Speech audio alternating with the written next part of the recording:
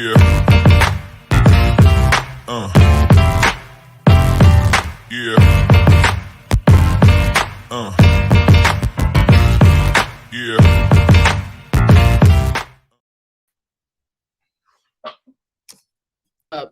Gamecock Nation, welcome in. Hope y'all are doing well. Hope you can hear me. My computer just completely glitched out as we rolled on, which is always good. So we're doing our best as always. Lots going on. This is GC Live. It is Thursday. We've got a lot to get to. Season right around the corner. GC kickoff party right around the corner. Gamecocks versus UNC right around the corner. And just tons to get to. Observations for practice today worked out timing-wise very well because we got to see some of practice this morning and figured this is a great time to hop on and talk some ball. Before we do that, going to tell you about our friend Clint Hammond of Movement Mortgage. Easy for me to say, clint.hammond.com, 803-771-6933. Y'all know what I'm going to tell you. If you are thinking about buying a new home or you just want to see what it might look like to buy a new home, what your interest rates might be, what closing costs might be, if all that is just a foreign concept to you, or maybe you've bought 10 homes. I don't know. Either way, Clint is your guy. Movement Mortgage can help make the process smooth and simple. Go to clinthammond.com or give them a call, 803-771-6933. Again, welcome into Gamecock Central Live. He is Chris. I am Wes, and we are talking practice number, I think, 12 at this point. I hope it was 12 because I wrote it was 12, and it was a little bit of it was open to the public or open to the media today. And we got to see a little depth chart drill. We got to see a little 11 on 11, no full pads, but Chris, we got a lot more viewing opportunity than we did last week. I'll say that. Yeah, man, outside in the elements, we got to see a lot more. Last week, it was a lot of special teams, Wes. A lot of special teams work, which is fine. I actually enjoy more than in past regimes watching Gamecock special teams because of how they do things. Pretty unique. They obviously have some really good players there, and it's always interesting to watch. But we did get to see a good bit in the depth chart drill. By the way, Wes, do we need another name for the depth chart drill? Like the Mitchell drill, the West drill. You've kind of really taken that one and run with it. But we can stay with the depth chart drill for now. Yeah, no, depth chart drill that's my name for it. I'm going to trademark that. You're going to trademark it. All right, the DCD. And, some interesting stuff, man, on the offensive line. And here, let's qualify everything we're going to say. We don't know yet who the starting five is. It's probably safe to say that South Carolina's coaching staff does not know who the starting five is. Lonnie Teasley, again, I've said this before, he passed along preseason that he would like to know or have a good sense of who his top five will be, his starting five, his top eight. You ideally want to have about 8 guys or so. He wants to know by scrimmage number 2, which is on Saturday. So there's still some room here where we don't quite know. But we did see a couple different iterations today of the offensive line that perhaps they have happened in practice before, but this is the first time in our viewing window, 6 periods, about, 20, 30 minutes, first time we saw it. And so let's go through those, Wes. Let's start with those. The 2 big things. Number 1, we saw Jackson Hughes, the preferred walk-on from Charlotte. Charlotte being the university. He was playing left tackle. Now, this is not new. We knew that he's been repping at left tackle. He's missed some time during the preseason. He was in there with the ones. So there's noteworthy nugget number 1. Secondly, at right tackle, we saw for the first time out there with the ones fully participating Casey Henry. Henry's a redshirt freshman. Big upside. Played in 2 games, Charlotte and SC State last season. Missed the spring rehabbing from a more minor knee procedure, was kind of limited in rehabbing in the summer and even the early part of preseason camp. Now the timing seems to be very interesting, Wes, because Casey Henry seems to be back, full go, not only full pads, not only out there, but participating in the kind of depth chart team 11-on-11 portion. And he was out there with the ones at one point at right tackle. So those are the two positions that we know have been kind of more unsettled, that have the most room for flexibility. Those two guys are out there. We also, Wes, saw, from what I saw, Ja'Kai Moore kick inside, where he played last season at left guard later in the year. And I saw Nick Gargiulo at right guard. We know Nick Gargiulo can play any of the three interior spots. So really, really intriguing stuff on the offensive line today, because we saw some guys that could make a late push, a late emergence as the second scrimmage approaches. And the offensive line, as we know, we've talked about it a lot, it's a key position that carries some questions right now for South Carolina. Yeah, and tackle has sort of been where that question has been. And we've known that they've been trying different combinations. We've known that, that probably includes a lot of guys moving around, and everybody kind of has a primary position, a secondary position. However, we didn't necessarily know what all those combinations are. Now we're starting to get a glance, or at least a little bit of an idea of what that might look like. Trey Jones, a guy now that has played left and right guard a little bit. So there's some versatility there. Obviously, we know there's some versatility with Ja'Kai Moore. There's obviously some versatility with Sidney Fugar as well. He played left tackle all throughout spring camp and now is at right tackle. So I think for these guys, it is just a kind of, all right, what is the best combination? And like you said, man, they want to find out by Saturday. I think that probably means more like early next week, in my opinion, because you're going to have to go play Saturday. Then you're going to review it right after that. Then you're going to coach it up and correct it. And then you're kind of going to, at some point, I would think early next week, really want to lock in and try to actually, I would say, name a top five, at least internally.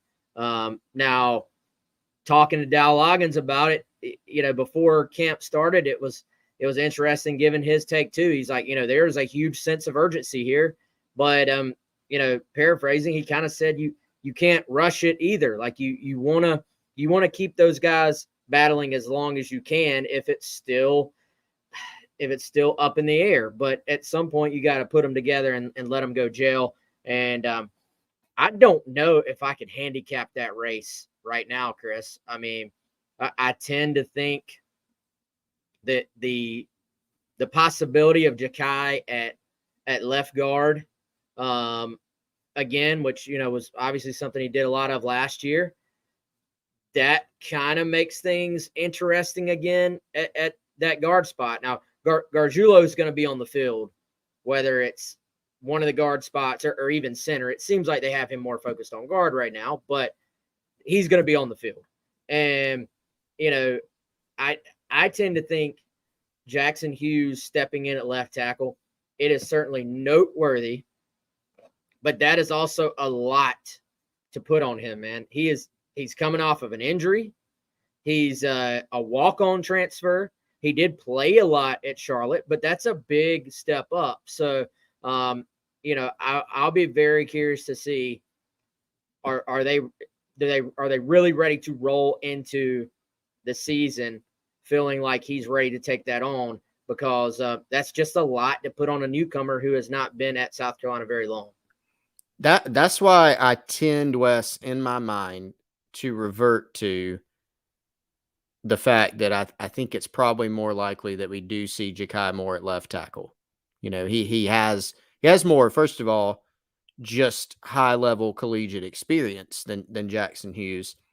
And I thought it was interesting that we did see more inside, but he played there last year. I mean, look, Lonnie Teasley wants to have guys play more than one spot. We know that.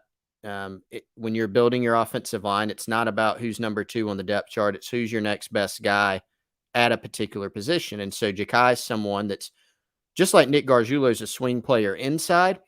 Ja'Kai Moore is a swing player at a couple different spots, at least on your offensive line.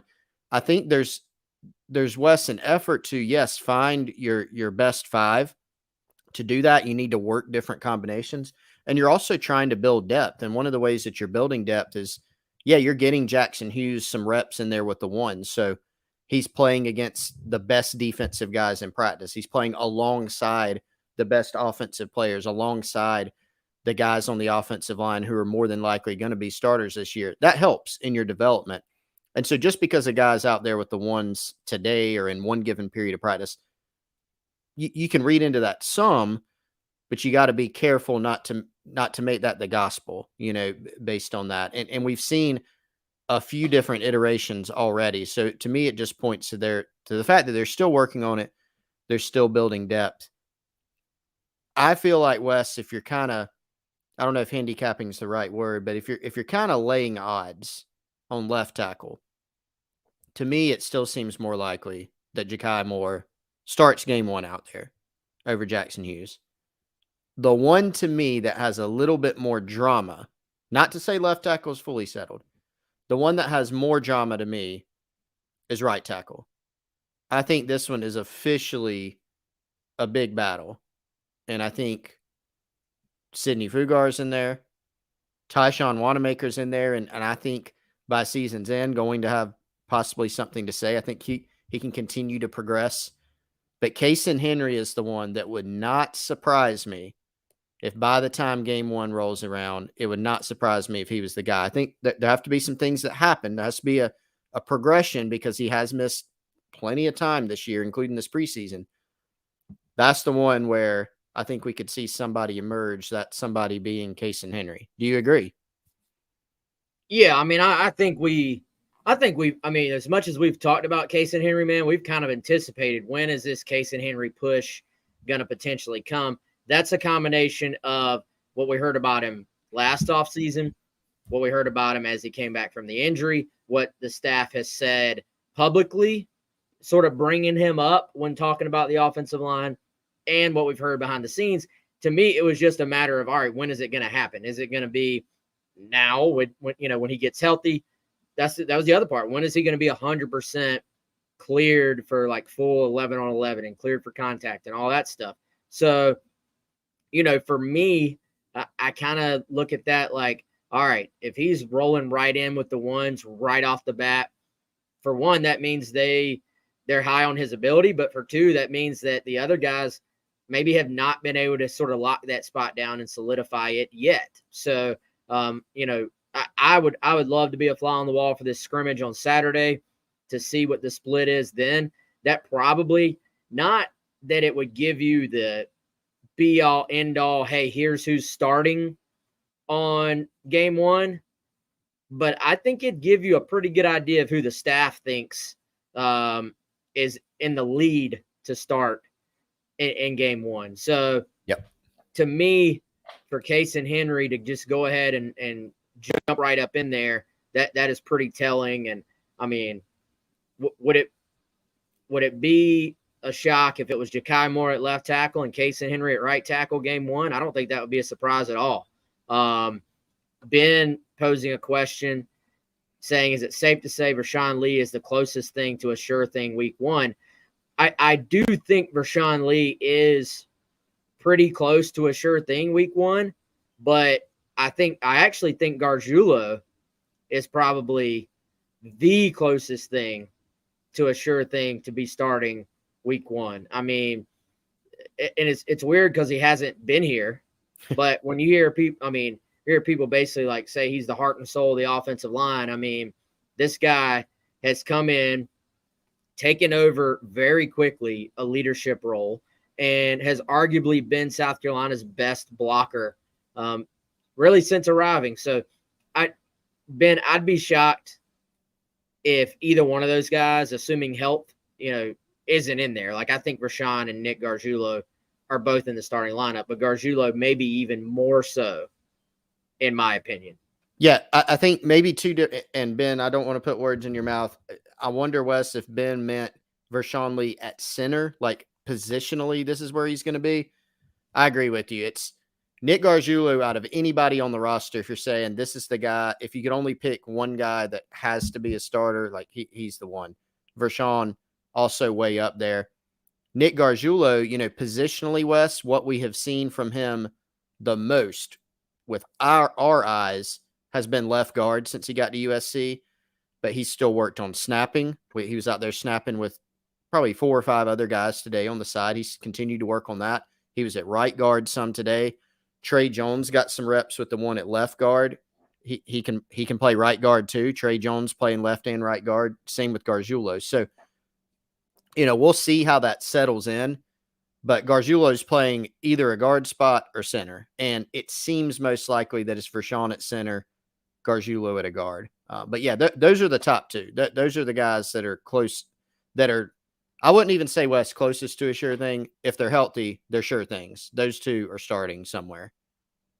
Quantrell Knows says, would you say that ideally if every lineman is at their apex, that Henry and Fugar are your starting tackles? I don't know if I'm ready to say that. I think there's a lot of competition at those two spots, and there's reasons for all of them why I can make a great case for them being the starter. There's a reason for all of them where I can make a great case of saying it's going to take time for them at their spot. Now, it does bring up an interesting point. Let's play this thing out.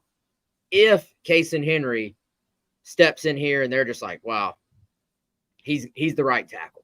Like, this is his spot. Would potentially you look at Fugar sliding back over to left tackle and fighting it out there?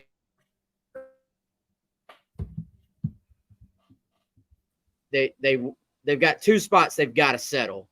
And for whatever reason, they started camp by saying, we need Fugar to go help settle right tackle. But if Henry's just like, oh, that's our guy, maybe you do see Fugar slide back over there and start pushing for that spot, then you really could potentially have the possibility. I think that would be what it would take to really heavily consider sliding Ja'Kai Moore back to left guard.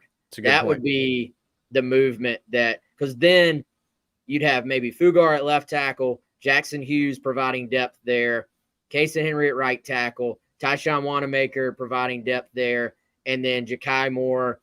You'd have Ja'Kai, Nick Gargiulo, who could play guard or center, and then you'd have Trey Jones. So you'd have really some options, and then you got Marquis Anderson inside as well. So I think that would be, to me, potentially an ideal scenario, but because of the limitations of practice and what we get to see, I just haven't seen physically myself. I've not seen Fugar enough to just blindly say, oh, this would be the best game. I don't know who the most, quote, talented two are of that bunch, to be completely honest.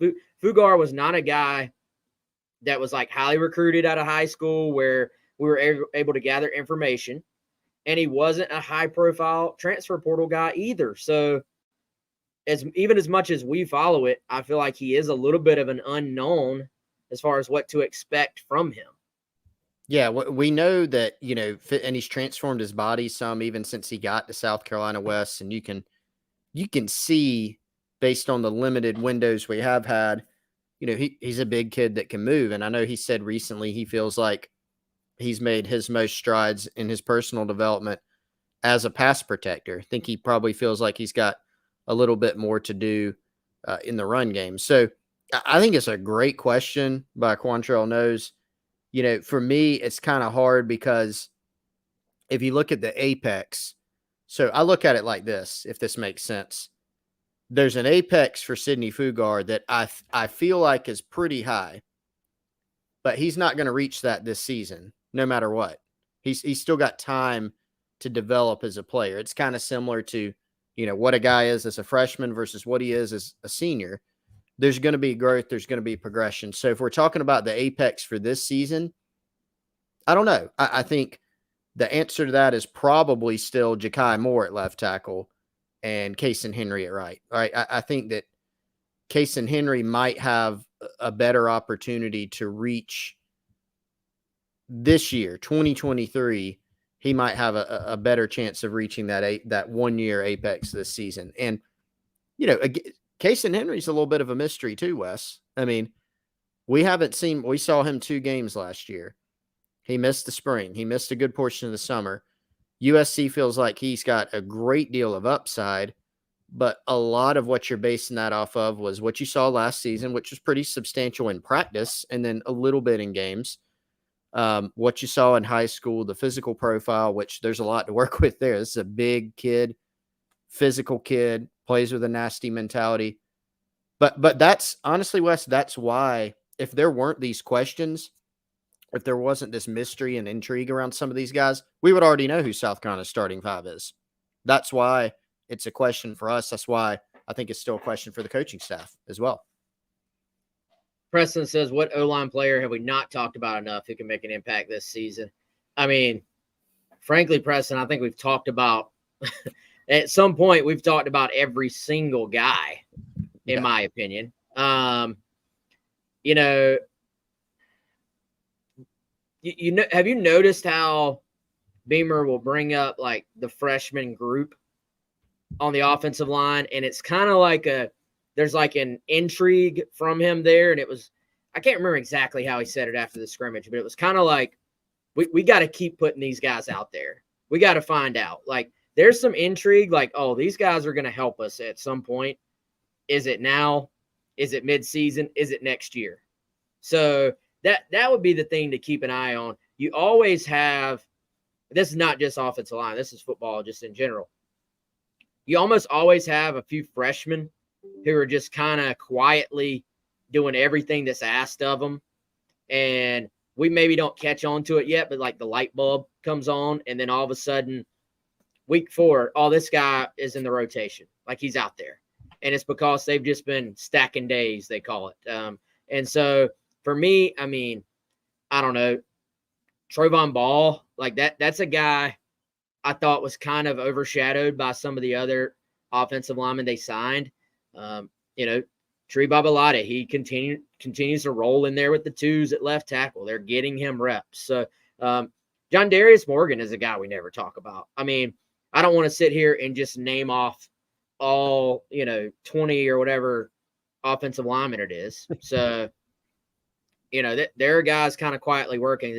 I go to freshmen and young guys, though, because you don't really know when the light bulb is going to come on. But, Ball was a guy, when they signed him, they thought he was really far along in terms of development. And Pace Academy in Atlanta, they've put out a ton of offensive linemen that are high quality guys, high developmental players there as far as already being at a point that not many high school, to freshman offensive linemen are. So that may be something to keep an eye on.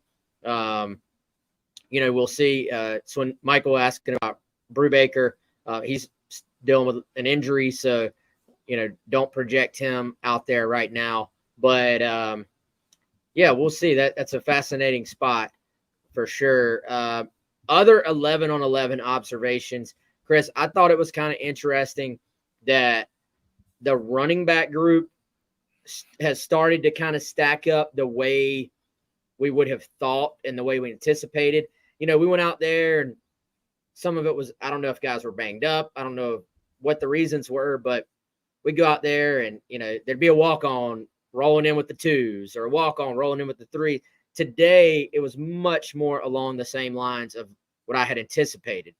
Joyner, of course, with the 1s, Mario Anderson rolling in with the 2s, and then DJ Braswell rolling in with the 3s. They're still being cautious, it seems, during 11 on 11 with Juju McDowell, but that spot starting to kind of shake out with what you might see the rotation be. The question right now is sort of being, all right, where does a completely clear and healthy Juju kind of slot among that bunch, Yeah, Juju has been observed, Wes, with a brace, obviously. So it looks like, something off season from a knee standpoint, but running around. I mean, see him running around out there, similar to some of the other guys that you look at.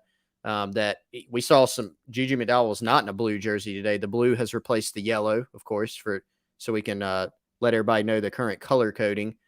The blue is kind of the back off jersey, this guy's kind of still rehabbing, recovering. Juju was not in that. So he's going to be, I think, an important part of this offense as well.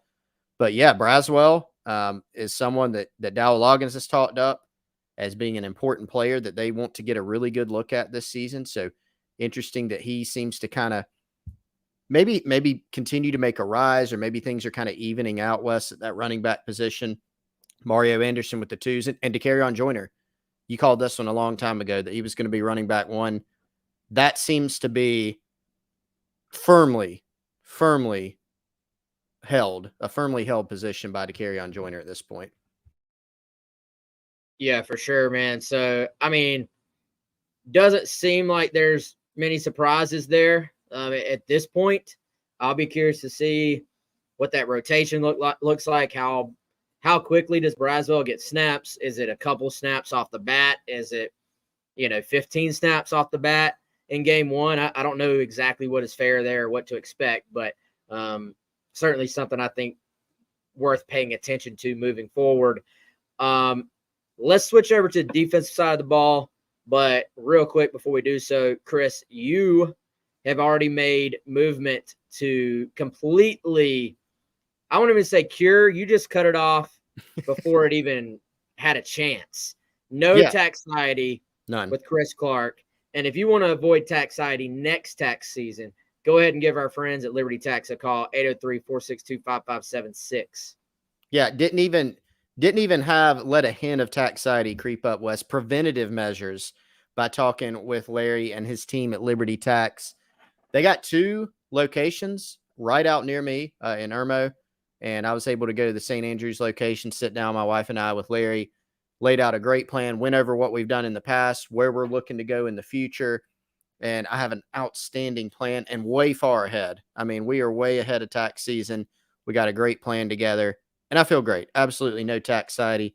Highly recommend you doing the same. Your tax situation is probably not similar to mine. It's probably not the same as Wes's. Everybody has a unique tax situation.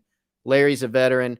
He knows what he's talking about. He knows what he's doing. He can help you either cure your taxiety or just completely prevent it, like he did for me. Yeah, just head it off at the pass before it even gets here.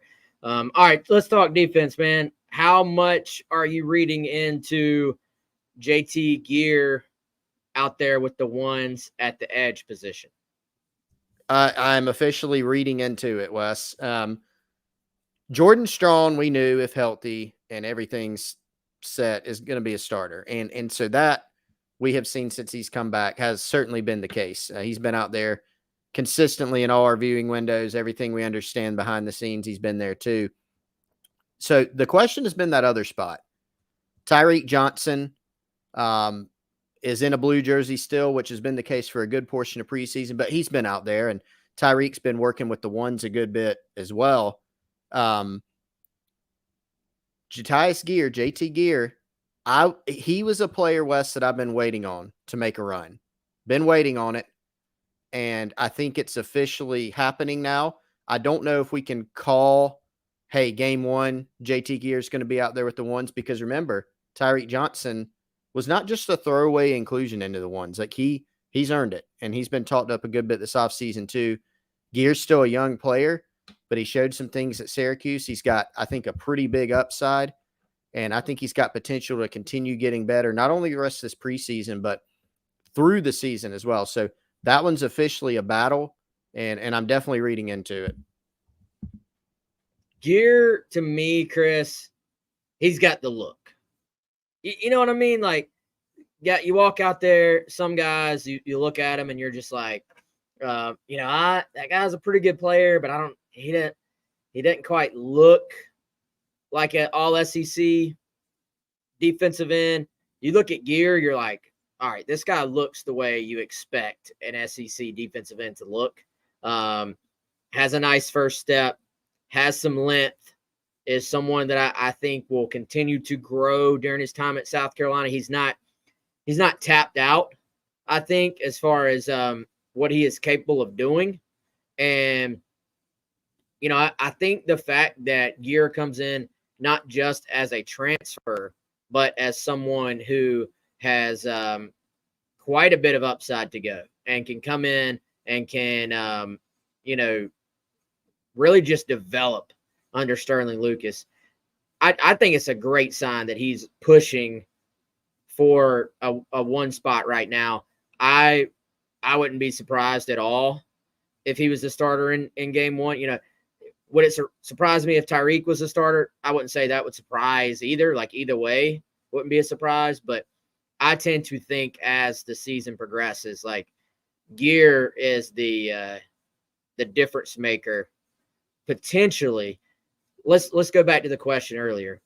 If these guys are at their apex, like who's the guy with the upside that could maybe give South Carolina their best possible spot at these two positions, the two edge spots?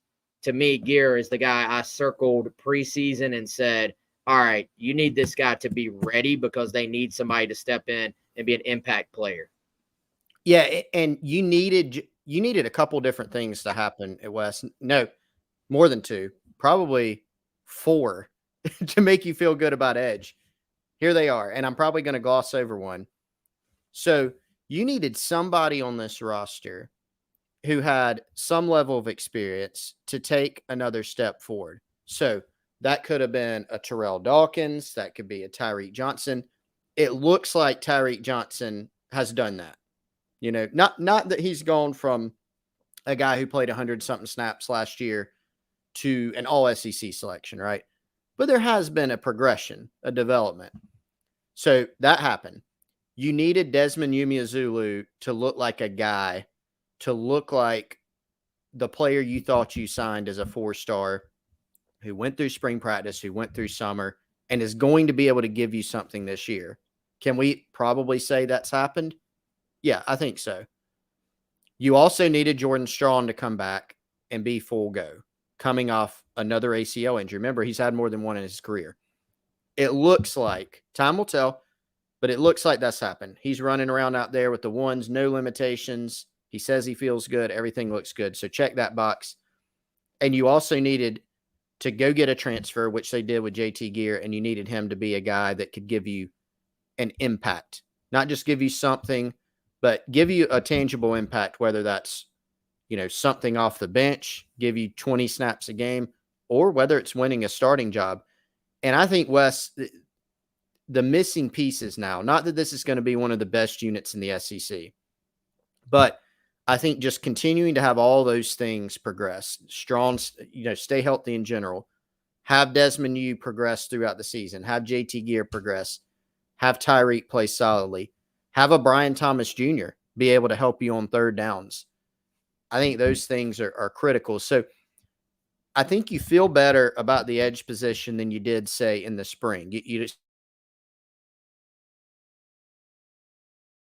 a wrecking crew up front, just destroying people in the pass rush game or stopping the run, but you feel better about it probably than you did in the spring for those, what were they, 4 reasons or so that I laid out. Yeah, and I think they got to stay healthy there as well, man. But it has played out in a lot of ways the way they kind of hoped that it would. Yeah, what's up, Nathan? Nathan's saying we are close to the season. We are right there. Let's talk linebackers, because this was a bit of an interesting battle. Not sure the battle is over, but here's what I watch, y'all. The closer and closer you get to game one, what are the trends? Who's trending up, who's trending down? Like offensive tackle, we talked about earlier. Case and Henry back in there, clearly trending up. I look at linebacker, the number of times that we've looked out there and we see Debo Williams with the ones, the number of times we look out there, we see Stone Blanton with the ones. I know he went through a little stretch where he was banged up and was training over on the side, but went through all spring with the ones.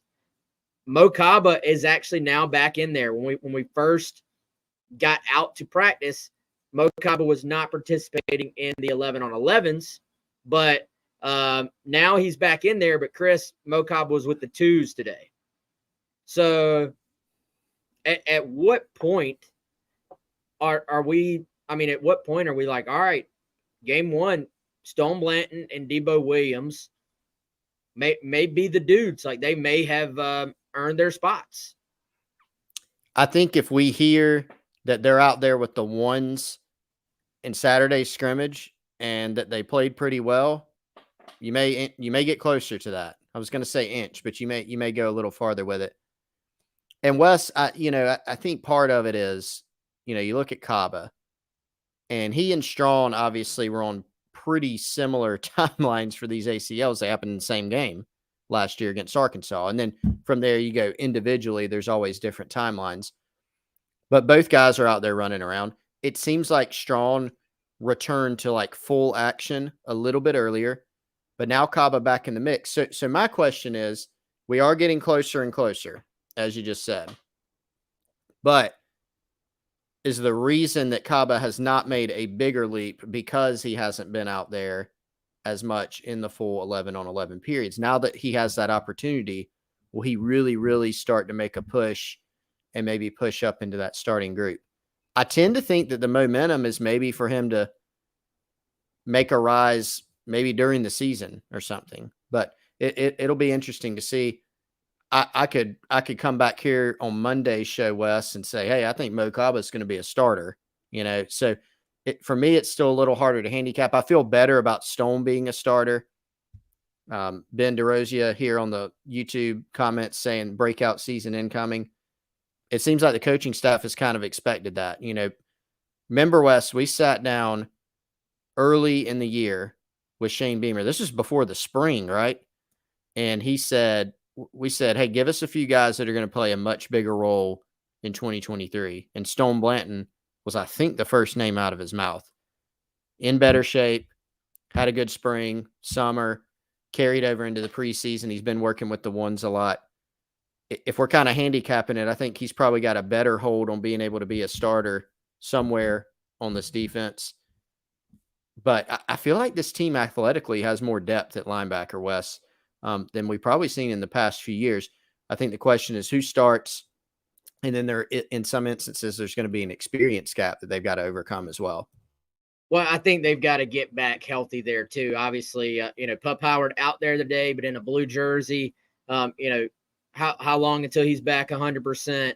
Some other guys, I don't think I saw Bam Martin Scott rotating in during the 11-on-11 stuff. So just I think if you have that group sort of ready to go, then you absolutely feel better athletically about kind of just being able to rotate. I mean, I remember times the last few years where you're playing the same guys, or there's just a huge drop off whenever you start getting into your second or third team. And, you could tell, man, listening to Clayton White talk about these linebackers preseason, like the Beamer, Birdies with Beamer thing, he's excited about coaching this group and excited about what it looks like to kind of coach up this group versus, it's nothing against the guys that were there before, but I just think sideline to sideline speed, athleticism, being able to chase down plays, they're just kind of in a different spot than they were before, where they had some guys, frankly, that had dealt with some serious injuries throughout their career, or in some cases were kind of in between positions, back and forth. I mean, Brad Johnson, for his whole career, it was kind of, are you a buck? Are you a true linebacker? Kind of what does that look like? And I love Brad, but it was a lot to put on him, I think, in a 2 linebacker system where you're expected to go run sideline to sideline and make plays. So you can tell Clayton White likes this group. I think our next step, as far as evaluating what their expectations are, let's go see it against North Carolina. Let's go see it against real opponents. You talked during 107.5 show today, man. There's some pretty good running backs on this North Carolina group. We may get a feel right off the bat. Are these backs able to turn that corner? Are they able to get to that edge? Or do we see South Carolina's linebackers get up in there, head them off, cut them back inside, and make them sort of deal with South Carolina's interior players? I thought that was something the last couple of years. Lots of runs that have bounced outside that really have given South Carolina fits. Yeah, it's going to be a test right off the bat, right? Like, you can look at certain spots with this UNC USC matchup. North Carolina's offensive line and offensive tackles. It's not going to be the best unit that South Carolina faces this year, based on what we know. Probably far from it. But you do have a couple big tests in there, and that is, I think this is a system. Remember, the system is changing from what Phil Longo ran, but I think this can be a difficult system to defend against. You also have a deep running back room for North Carolina that's also got a good bit of talent. If you go back and look at what some of these guys have done on the field, their recruiting rankings, how many schools offered them, they have a lot of talent in that room. And then, of course, Drake May is a guy who can challenge you because he's a really good quarterback, and so with his ability to throw the ball, administer the offense, their ability to run the football, it is going to be a challenge for these linebackers because they are going to have to play in the box. And they're going to have to play sideline to sideline. They're going to be asked to cover people. It's going to be right out of the gate a really good test. And so I think it's going to give us, Wes, a really good measuring stick of how good these linebackers could be. But there's no doubt in my mind that what you said is right, and that is athletically, from an athletic depth standpoint, South Carolina is probably in the best position that they've been in a little while, actually, for my money. Yeah, it'll be very interesting to see how that plays out. Before we close out the show, Chris, we've got a new sponsor all season long, and that is the Game Time app. You can find that on the App Store or at gametime.co. What is the Game Time app? Well, what it is I know we've all had situations where you've been looking for tickets. Maybe you've been stressed out. Maybe you haven't been able to find tickets. Maybe you're wanting to go up to Charlotte for game one and have not bought your tickets yet. We have got a deal for you from our friends at the Game Time app. This is the fastest growing ticket app out there, and there's a reason for that. One of those reasons is that if you buy with this app and then for some reason, somehow you find a ticket at a better price, there's a Game Time guarantee. That means you will get the best price. If you find tickets in the same section and row for less, Game Time is going to credit you with 110% of the difference. Obviously, we focus on sports here, but they've got deals on football, basketball, baseball, concerts, comedy, theater, and more, including exclusive flash deals and last-minute ticket deals right there on the app or, again, at gametime.co. Here's what you got to do. Download the Game Time app, create an account, use code GAMECOCKS for $20 off your first purchase. Now, terms do apply, but again, if you create an account and use the code GAMECOCKS, you'll get $20 off your first purchase. Again, that can be anything. Of course, they got Gamecock tickets on there. They got Braves tickets on there. I used it to go to the World Series a couple of years ago. And Top Gamecock, right on time. You are Top Gamecock, saying facts. Game Time is goated. So take it from Top Gamecock. Game Time, goated. Download it now. Use that code GAMECOCKS. And we appreciate them for their sponsorship of several On3 podcasts throughout the 2023 college football season. Chris Clark, what do you want to talk about during our final segment? Final segment. Let's hit on another question. My man Quantrell knows. He's coming up with some good ones today. Quick recruiting hypothetical, Wes.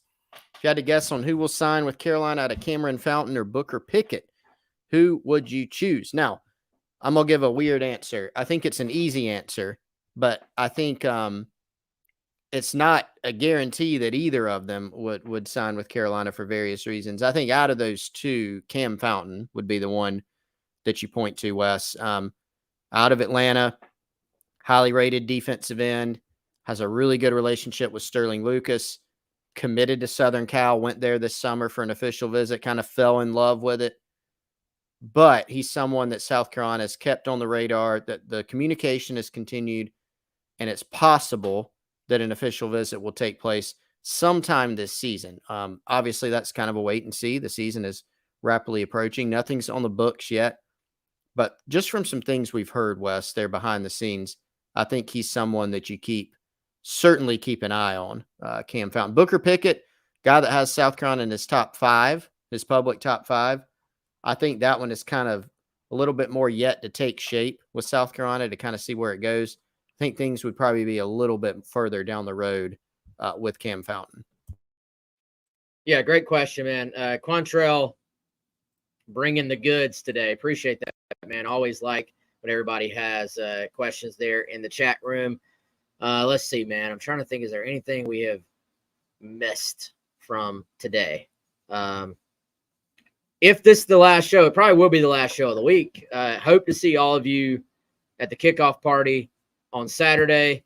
Going to be awesome. We still got a few VIP tickets available. Also, as always, there will be the free on-stage portion of the show. Pretty much all the things going all afternoon, all evening at Still Hands Brewing in Casey, South Carolina.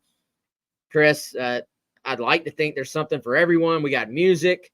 We're going to have some football talk. If you got VIP, you can meet some players. Juice Wells is going to be there. Nick Gargiulo. Whole list of guys are going to be out there. Going to be fun, man. It's going to be a great time. And Wes, actually, while we were on here, I told you about one earlier. We have another football guest that you will know that is also confirmed. And we thought we lost him, but we have a baseball guest too coming on board. Excited about that one. He might, maybe we'll have a baseball hitting contest that he would easily win and just watch him hit a baseball from we'll be over in Casey. He probably hit it, I don't know, football stadium, something like that. Put it into orbit. That'll be exciting. Are you willing to tell the people? Nope. They got to come to find out. Oh, wow. Okay. All right. It's Gavin Cassis. He'll be there. Gavin Cassis, he's coming to the party. He's going to hang out with us in the evening before Patrick Davis plays. So it'll be a good time. Who's our football player? Our football player is Nick Emanwari. I'm enjoying, by the way, I got another topic. I'm enjoying the apparent Nick versus Nick battle within the program. Nikki E, not too happy that Nick H is all of a sudden the top freak on the team, basically, is because Nikki E wanted to let everyone know, I guess, this week that, hey, this is two freaks going at it, his words. And I think this is going to be good for both these guys, man. Yeah, it is. Well, and they'll both be. That means they'll both be at the kickoff party. So maybe we can get them together and have them talk about it a little bit more for the VIP folks. There would be no racing, just so no, we can't do it right now. We're not going there. No racing, not going there. But I think it's hilarious, but also awesome that the two guys have kind of all right, we're just going to take this to the field and fight it out every single day in practice. Remember, not this the same, man, but remember hearing the stories about South Carolina's receivers and DBs going at it, like the Alshon and Stephon days. Yep. This has that vibe to it, I feel like. It does. Whether it's a little on-field matchup with an actual football in the air or just racing. That's the one I want to see. I need the top 5 fastest Gamecocks race in my life, but here's the thing. I don't think we're going to get it this year. I really don't.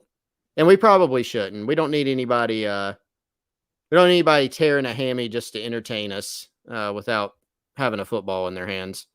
Yeah. So we'll probably never get it. We probably never get it, but that's kind of fun. It'll always be an open question. This is AB's last year. And so everybody talks about being there. Yeah. Everybody talks about Nick versus Nick, but AB is in this conversation. AB's in it, firmly in it. And I think if you're setting a top 5, the other two would probably be Xavier Luedecke and DJ Braswell, right? Probably. That seems like kind of your top 5 in there. Well, and the distance, the most distance negotiated part of this would be how far they run it. Yep. Because Nick Harbor wins a 100 meter or 100 yard. He wins. A 40 is up in there. 40. I'm taking AB, man. Well, Nick E and AB did what, the 50? That was a 50, and that was one time. I'm just saying. This would also be one time. Yeah, but I'm saying it. Yeah. So you're discounting Luedecke? No, I'm not discounting anybody. I'm not discounting any of those guys. They are far more fast, and they're incredible. Yeah. I think AB would take it. I don't know. I think we need a 40, a 60, and a 100. It'll be a full Olympics day. People would pay money for that, actually. They actually would. I know I would. Yeah. All right. Well, we've rambled enough. Appreciate y'all. As always, come check us out on Gamecock Central. Hope to see everybody. GC kickoff party this Saturday. Still Hands Brewing. VIP tickets. Still a couple available. If you don't go VIP, still come out. Say what's up. Watch the concert. Enjoy some football, some festivities, some hanging out. Appreciate y'all. As always, he's Chris. I'm Wes. See y'all later.